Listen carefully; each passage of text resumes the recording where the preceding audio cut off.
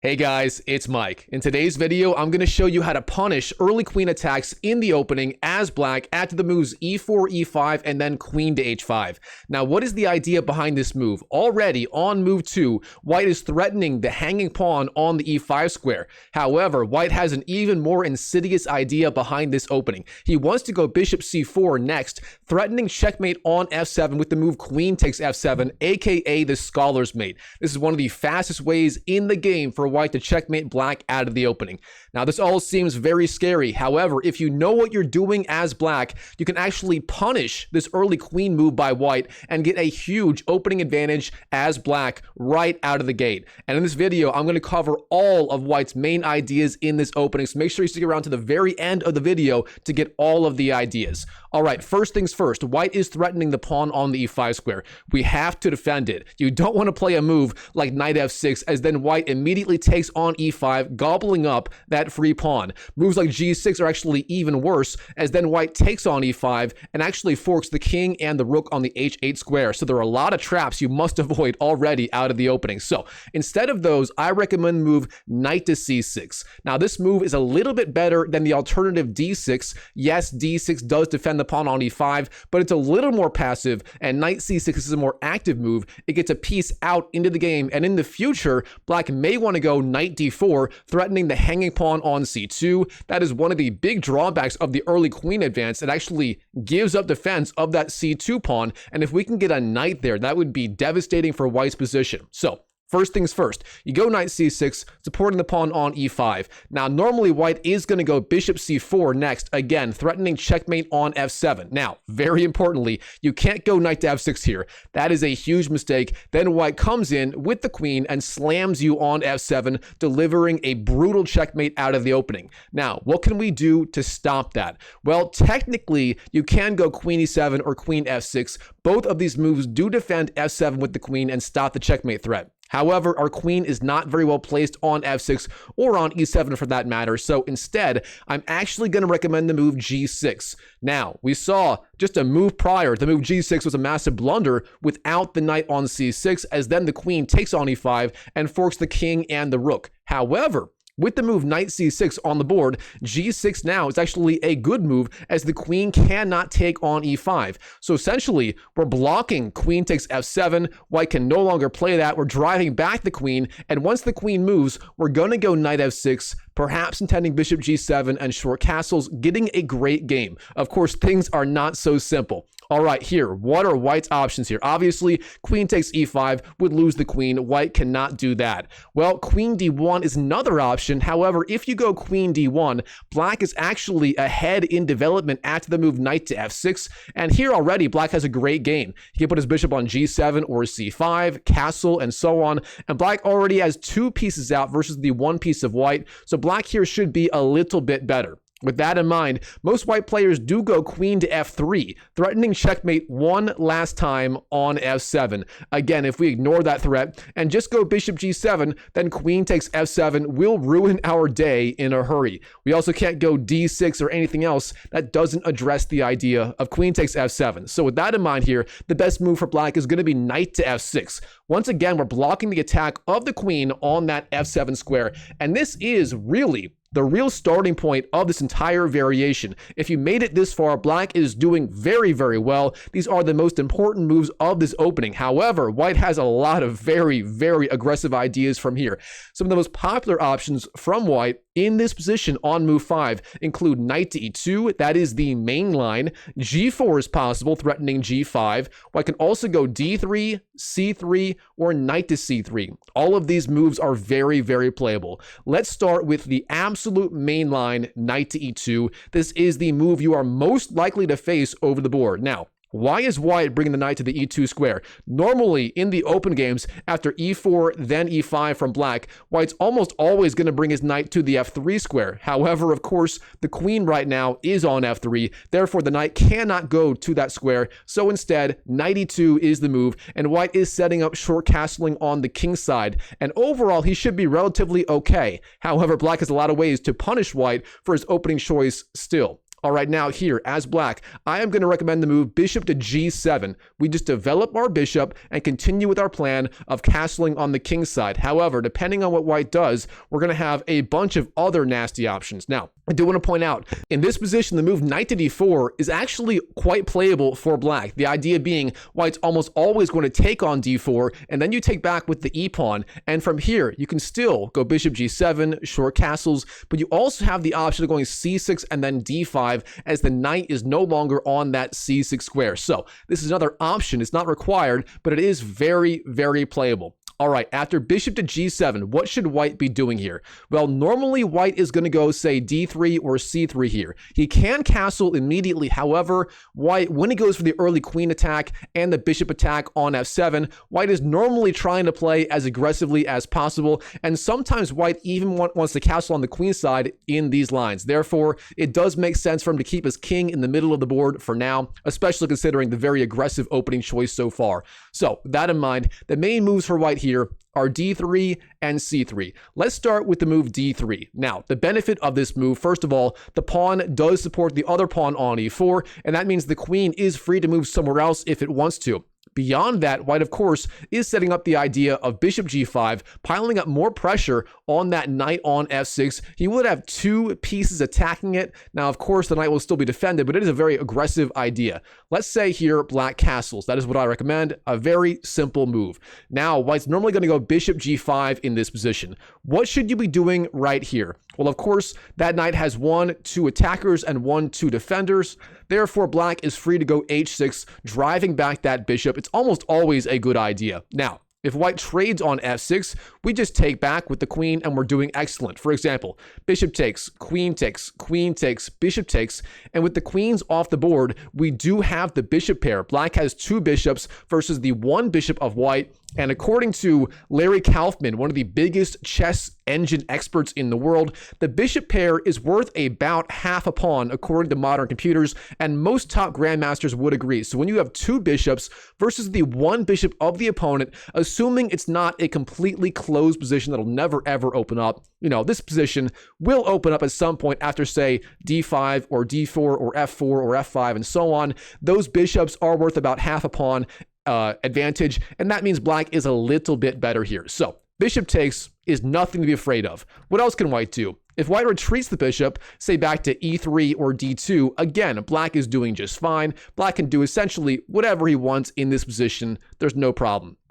Now, instead, white is typically going to go bishop h4 here, trying to keep the bishop alive. However, this is a big mistake. In this position, I recommend chasing the bishop with the move g5. Then after bishop g3, we're going to play a key idea here. We're actually going to go for a temporary pawn sacrifice with the move d5. Now, what is the idea behind this move? Well, first of all, we are outright giving up a pawn. White can take the pawn with the move e takes d5. That is the most common move here from white. Of course, he can also take with the bishop. However, after bishop takes d5, sooner or later, black is going to capture that bishop with the knight. And before we do that, we can even go for the intermediate move, bishop g4, hitting the queen on f3. That is the main idea behind d5. We're clearing this diagonal for the bishop to hit the queen on f3. So, normally, white is going to go e takes d5 here. And it turns out in this position, black already actually has three very, very good moves.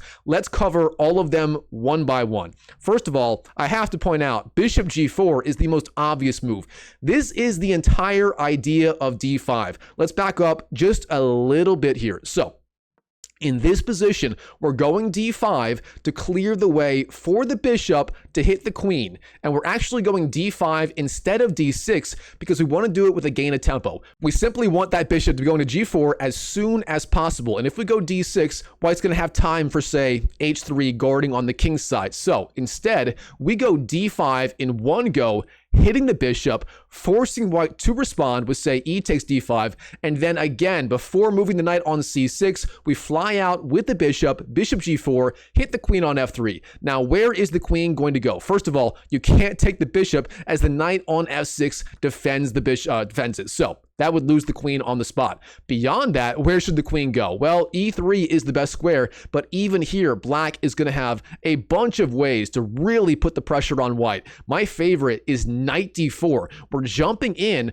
We're actually pressuring that knight on e2. It is now hanging. It only has one defender. Well, two, technically, the king and the queen. But of course, if the knight takes, you don't want to take back with the queen, as you would lose the queen. The bishop takes e2. Therefore, white's going to have to do something in this position. But if you take on d4, then after knight takes and then the move e takes d4, suddenly the e file is opening up, our rook is coming to the e8 square, and white's going to be in a world of trouble. For example, let's say white takes on d4. That is actually a massive mistake. Then we go rook to e8, hit the king on the e1 square, the king goes to f1, then we go bishop e2, hitting the king once again, and the king must go somewhere, say, to g1, and then in this position, there is the unbelievable move knight to e4 with the discovered attack on the queen from the bishop. And white's entire position here is simply collapsing on the spot. The queen has virtually nowhere to go. It can't stay on this diagonal. The bishop controls it.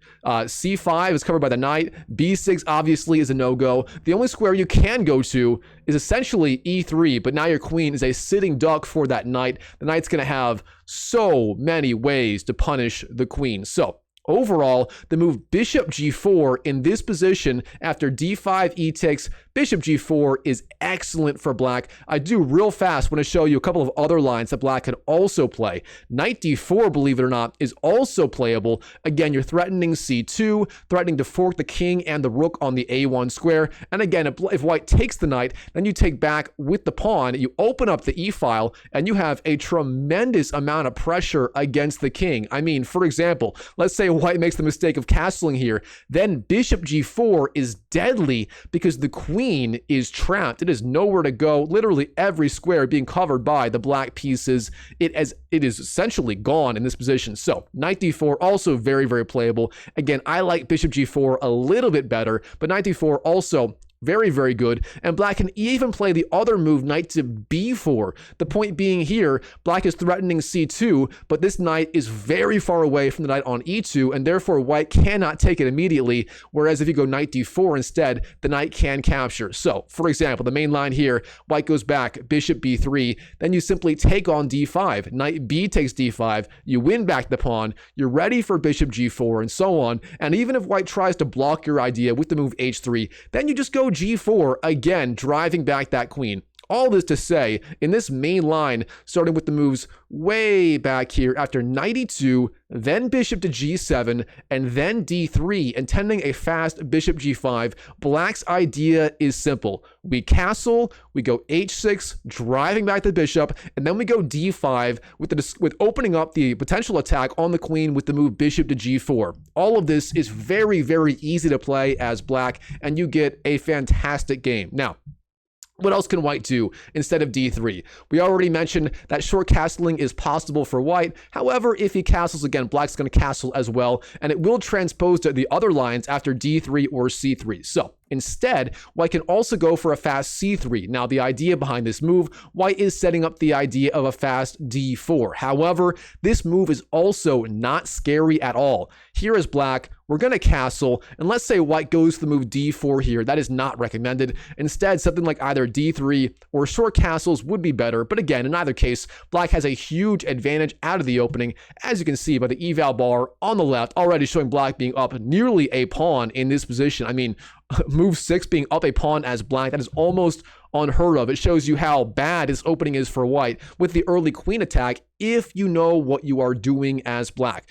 Okay, let's say white goes d4 here. What is the plan then? Well, then we're going to take on d4, white takes back, and then we go for the move d5. This move again comes into play, and this move does two things. First of all, again, you are opening up the path of the bishop to come to g4, hitting the queen with a gain of tempo. And again, d5 is more forcing than d6, because if you go d6, white's going to have time to go h3. But when you go d5 in one go, you also hit the bishop, and therefore white has no time to block with the move h3. So bishop g4 is going to come whether white likes it or not. What can white do here? Well, you can take on d5 with the pawn or the bishop. Let's start with the pawn. If white goes e takes d5, then we go bishop g4 as planned, hitting the queen on the f3 square. Now, the queen's got to go somewhere. It's really not safe on e3, as then the rook comes into play on the e file. Instead, queen f4 may be the best move, but here black has a really simple way to get a great game.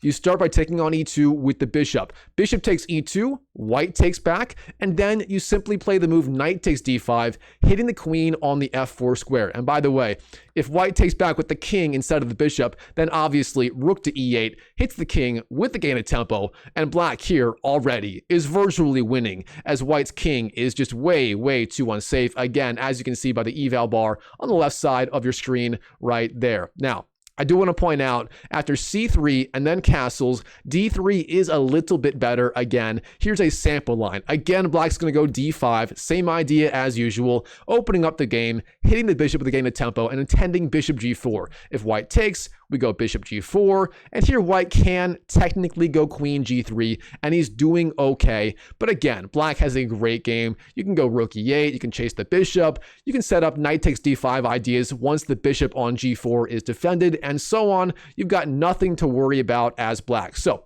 overall, this does address all of white's main ideas after the move knight to e2. His main ideas include d3, maybe c3 and d4, maybe d3 and bishop g5, and so on. And if white castles, you just go bishop g7 and castle yourself, and you got a fine game. Now, what if white doesn't go knight to e2? What if white ignores his development and goes for the ultra aggressive idea of g4?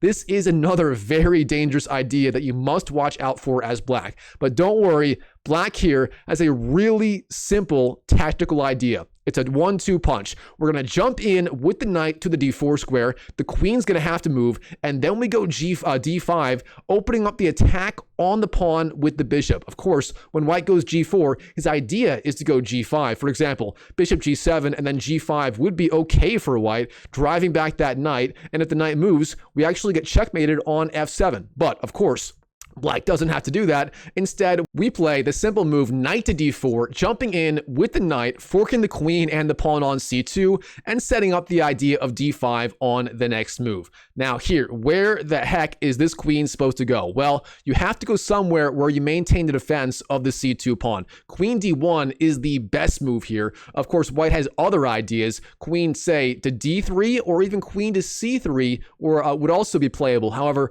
those squares do not make a good impression. For example, if white goes queen d3, he's blocking in this bishop on c1. The pawn can never move, and therefore this bishop is going to have a very hard time ever getting into the game. Yes, you technically can go b3 and bishop b2, but that is usually not a good idea in the open games. And beyond that, the pawn on g4 is immediately hanging. So none of this really makes any sense from white's perspective. Therefore, instead, queen d1 is the best move here. You defend the pawn on the c2 square, and you also defend the pawn on g4. So now, as black, we're just going to go d5 as usual. You should be familiar with this idea by now. Again, it's twofold. First of all, we are threatening bishop g4, and in this case, that move actually wins a pawn, and it still has the attack on the queen. But beyond that, we're also hitting the bishop on c4 with a gain of tempo, so white does not have enough time to respond. Now, I do want to point out, instead of the immediate d5, you actually can take on g4 immediately.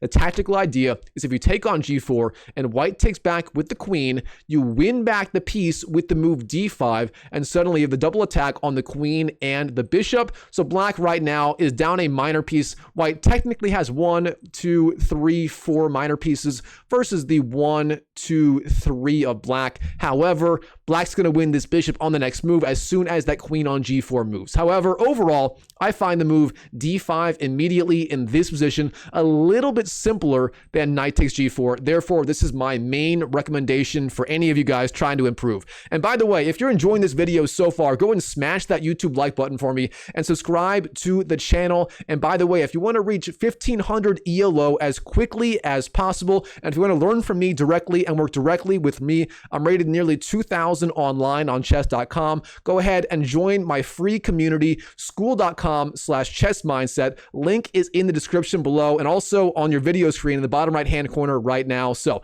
check that out. It is a beta version of the future community course. For right now, it's free, but once I do the official launch, it will be paid. So if you want to get lifetime free access, join that community right now. All right, after d5, what should white be doing? Well, of course, the bishop on c4 is under attack. You can take on d5. However, that does make the bishop very, very vulnerable. Let's start with potentially the strongest move. That is bishop to e2. This is actually the move white should play if he knows what he's doing. However, it's not a very fun move to make. Black just takes on e4, and from here, black is in complete control. He can bring his bishop to g7 or c5 and so on. Black's actually up a pawn, and white's only developed piece right now is that bishop on e2, and the knight really can't go to f3 as the pawn controls that square. So bishop e2 is actually the best move in this position for white. However, that is not a very inspiring move to make. Instead of that, let's say white takes with the pawn. We saw in a previous variation that was actually the best idea for white. Well, in this position, we play our main idea. That is simply bishop takes g4, once again harassing the queen. We're seeing how quickly that early queen advance has backfired from white's perspective. He thought he was going to checkmate us right away, but instead, we are the one attacking the queen. The hunter has become the hunted. All right, now, what can white do here? Obviously, knight to e2, trying to block the attack of the bishop is no good. You just go knight f3, the king moves, and get a load of this. Is this not the most beautiful checkmate you've seen all week? Bishop h3 delivers the checkmate, and look at this. The king has nowhere to go. The knight controls these two squares, and the bishop puts the king under check and controls these two squares on this diagonal. I mean, talk about a beautiful checkmate right there. So instead, white can also go, say, bishop e2 here, retreating and trying to block the attack. However, here, black simply takes on e2 with the bishop takes, and if knight takes e2, then we just go queen takes d5. We attack the rook on the h1 square with tempo. We're ready to long castle, actually, if we want to. That would be a very, very good decision to continue the attack. And again, black is in complete control. Now, the best move here for white, it might actually be the move f3. However, this move also runs into a deadly trap, and this one is just unbelievable. All right, the idea behind f3, of course, white is attacking the bishop. But do we move the bishop? No, we do not. In this position, knight to e4 is the idea. What is the point of this move? I mean, we had one piece hanging, and now we have two pieces hanging. Well, the idea is the queen on the d8 square now has access to the h4 square where it would hit the king with check. So remember, whenever white goes f3 or f4, if you can open up this diagonal for the queen, you can almost always give the king a check when it's on the e1 square. And here, this is incredibly dangerous. Let's say white takes on g4. In that case, black has a forced checkmate. Queen h4, the king has to go to, say, f1, and then queen f2 is checkmate, delivering the checkmate on f2 when that is what white was trying to do on moves 2, 3, and 4 on f7. I mean, talk about instant karma right there. Now, instead, if white takes on e4 with the pawn, f takes e4, then again, queen h4 is a very, very good idea. But beyond that, you can also simply take the queen on d1. Bishop takes d1, as again, the pawn on f3 was pinned to the queen. So no matter what white does here, he's in trouble. And if he wastes a move, let's say he goes, I don't know, a4, then obviously queen h4 is going to be our weapon of choice. So all this to say, f3, that doesn't work either. So the move e takes d5 overall does not work out well for white at all. What about bishop takes d5? We haven't covered that one yet. Well, in that case, we're going to take on d5 with the knight. Knight takes d5, and after e takes, then we come in with the queen. Queen takes d5, winning back that pawn, threatening the rook on the h1 square. And look at this. White was trying to go g4, g5, but this idea has instantly backfired. Black is getting just a massive attack here.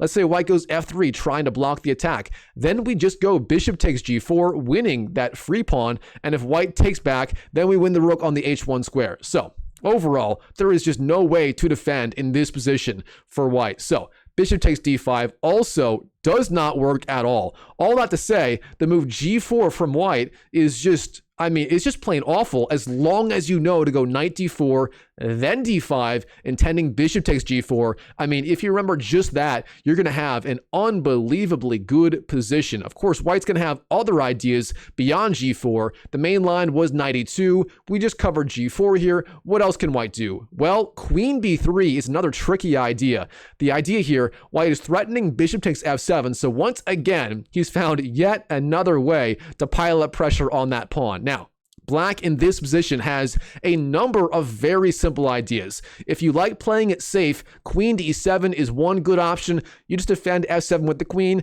and the bishop does go to g7, where it is nice and safe on that fianchettoed square. Beyond that, the move d5 is also quite playable. The idea being, if he takes the pawn with the pawn, then we can jump into the d4 square with the knight, hitting the queen, and of course, this diagonal is then blocked, so black is doing just fine. Now, if you are a very serious chess player and you want to punish white in the strongest way humanly possible, then I have to recommend the move knight to d4. What is the idea behind this move? We are letting white take on f7 with a gain of tempo with bishop takes, but then we go king to e7, and believe it or not, white is already almost completely busted here. It's very hard to maintain the defense of the bishop and the pawn on c2 while also moving the queen as it is under attack. So the best move here is queen c4. That is the only way, again, to move the queen and maintain the defense of these two pieces. But then black flies out. He plays the move b5, hitting the queen immediately.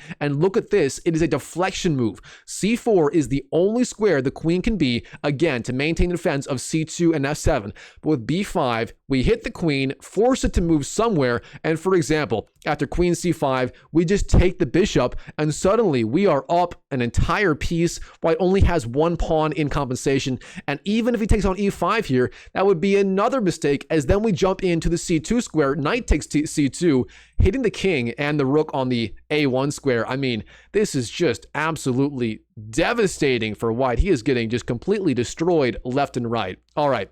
G4 doesn't work. Queen b3 doesn't work either if black knows what he is doing. Beyond that, what else can white do in this position? Well, white can also go c3, d3, and knight to c3 in this position. We did see white go knight e2 and then either d3 or c3. We did not see those moves without knight e2 included. So let's cover all of those real fast just to be thorough. If white goes for d3, then the key move here for black is going to be knight d4. Now, very importantly, if white goes knight e2 first before d3, knight d4 doesn't work, as white's knight on e2 controls the d4 square and he can capture there. But now, of course, without that knight on e2, with it still being on g1, the knight jumps in, we hit the queen, we also hit c2, forcing the queen to retreat. So white here, queen d1 is the move. Again, if you go queen g3, then we take your pawn on c2, fork the king and the rook, and we are just completely winning. So queen d1 is the only way to defend as white, but then again, as usual, we're going to play our favorite move in this opening line as black. That is the move d5. And again, this works as we are setting up the discovered attack of the bishop on the queen on d1. Let's say white takes with the bishop here. That is no good at all. We take back twice with the knight and then the queen, and we have a very, very good game. We're pressuring g2. White can't go knight f3 as we just take the knight there. Our bishops have very easy access into the game wherever they want to go. Again, black is just dominating. Instead of bishop takes, what about the move bishop b3? Just retreating. Well, in that case, we're going to take on e4, white takes back, and then we jump in and just win the free pawn. Knight takes e4, and look at this. Black is already completely winning, completely dominating. Now, if white instead takes on d5 with the pawn, if he goes e takes d5, then here, there is another brilliant idea. The move b5. Of course, this pawn is being defended by the knight on d4. However, this move is just so incredible, and it's the idea behind it that I just have to show you. Once the bishop moves, say back to b3, then we go a5, chasing the bishop and threatening the Noah's Ark trap with the move a4. Now, white's probably going to go c3 here, trying to defend, but then we go a4, further chasing that bishop back. Now here, if white goes, say, bishop c2, we can always win that bishop whenever we want to, so white normally goes c takes d4 here. However, in this position, we just go a takes b3, winning the bishop, and after bishop g5, we can just go pawn takes the pawn on the a2 square, and this pawn is going to be a huge asset throughout this game, and black is just dominating here.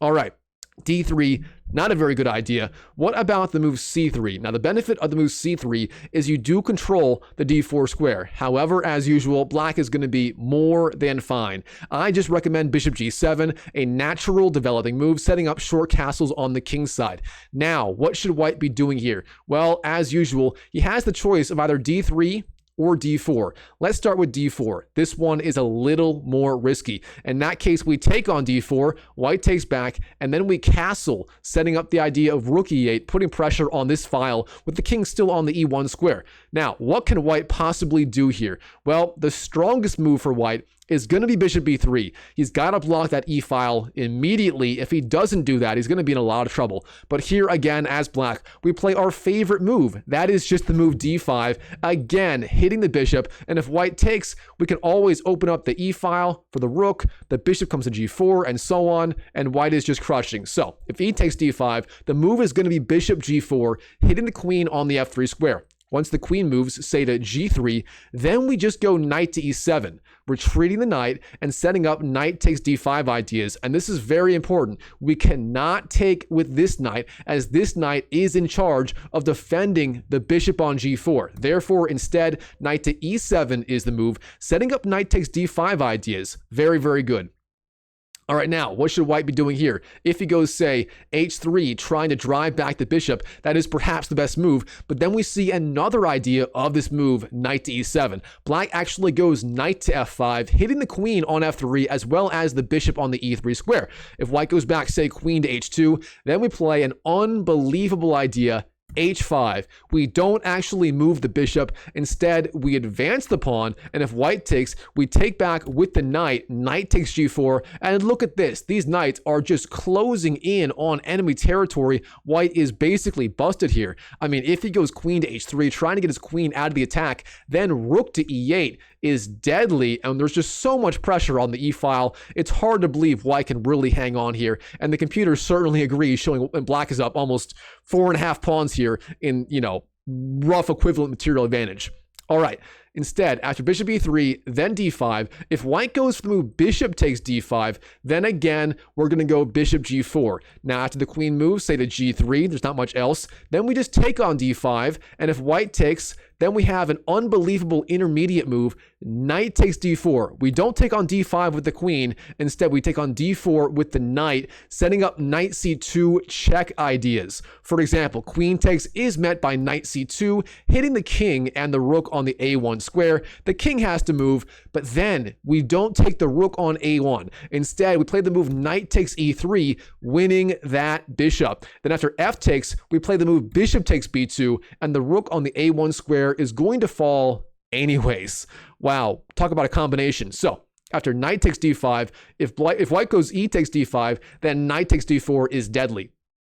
Instead, if white goes queen takes g4, then what we're going to do is knight takes d4 anyway, jumping in with the knight, and again, opening up this diagonal where the bishop is going to have just a field day. All right, the best move here for white is actually knight to a3, but then we just go knight takes f3, f takes e3, h5, drive back the bishop, queen g3, and then we just retreat, knight to c6, and get a load of this. In this position, material is equal, but our bishop on g7 might be the strongest piece in the game. White's pawn structure is ruined, his king is stuck on e1, he's not castled, and he's got very, very poor development overall. So overall, even after the best move in this position, after d4, the early c3, d4 advance, after e takes c takes castles, if white goes for the best move, that is bishop to e3, then d5 is deadly. So instead of that, what else can white do? After e takes c takes castles, there are some other worse ideas. For example, d5 can be played, but it's not exactly a good idea. Here, black just goes knight e5, jumping into the vacated e5 square, or it wasn't vacated, sorry, but the newly undefended e5 square. That pawn on d4 was in charge of guarding it. After e5, or d5, sorry, that e5 square is no longer defended. Therefore, we jump in, knight e5, and fork the queen and the bishop on c4. The queen has to move, then we take on c4, knight takes c4, queen takes c4, wins back that piece.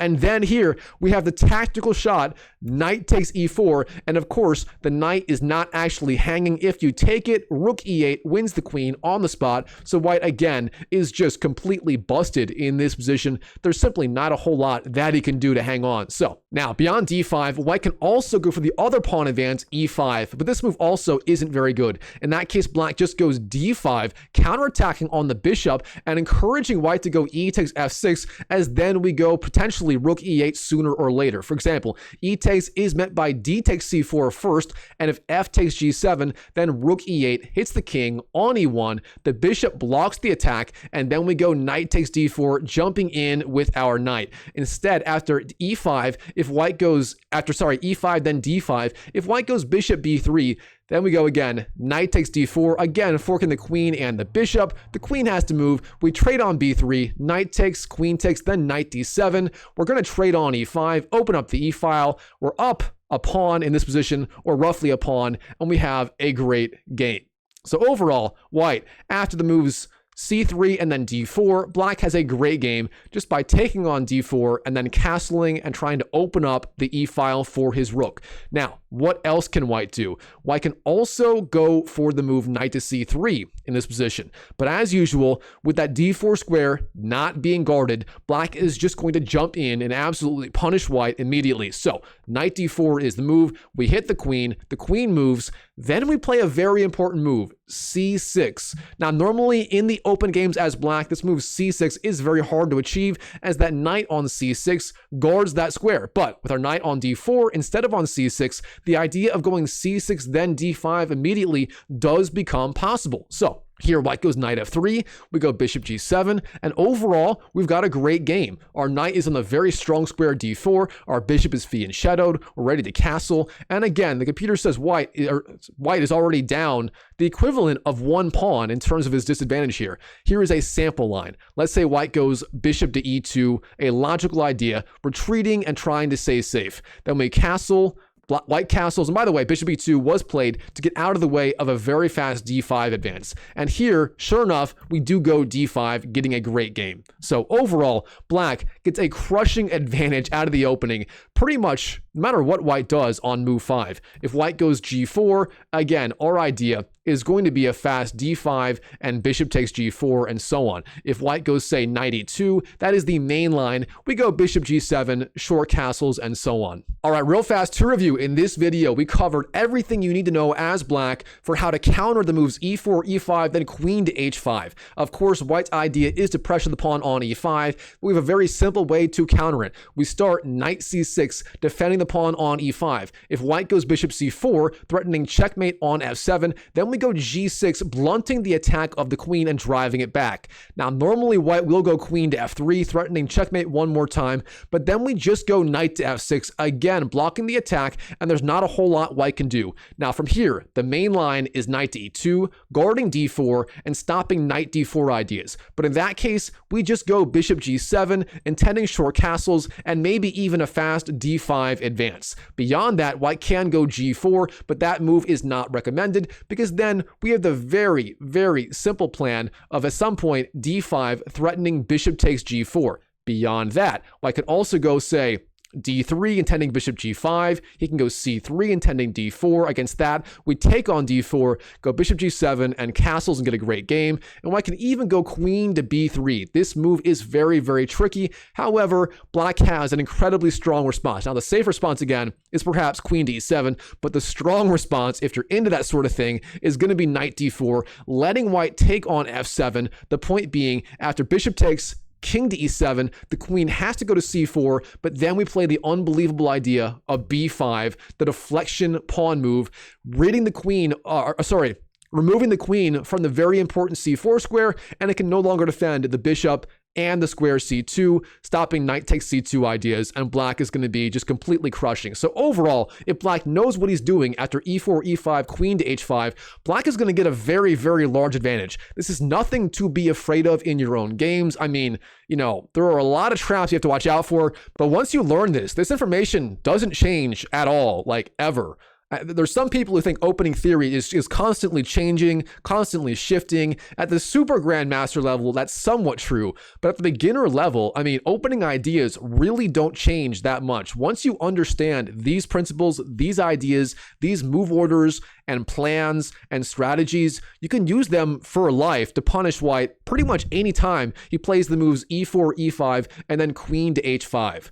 All right, Chess YouTube, I hope you enjoyed this video. If you did, please do me a huge favor, smash that like button and subscribe to the channel. It is a new channel. I'm trying to get a new channel off the ground. I had a different chess channel previously. It was focused more on, professional game recaps, but this one is going to be more educational content. I really want to do a standalone educational chess YouTube channel to give you guys the best information on opening plans, ideas, traps, strategies, and so on. So if you enjoyed the video, again, smash that like button and subscribe. And while you're at it, check out my free school community. The link is in the video and in the description below.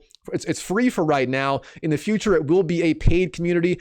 It's currently, a beta version of the course and the community. I'm adding videos each week. We have weekly group coaching calls. My goal is to help you reach 1,500 ELO or even way beyond that as quickly as possible. I really care about helping you guys reach your goals. So I'll be adding video content every single week for you guys there. So check it out. If you want to hit your chess goals faster, I highly recommend it. So join my free community and I'll see you in the next video.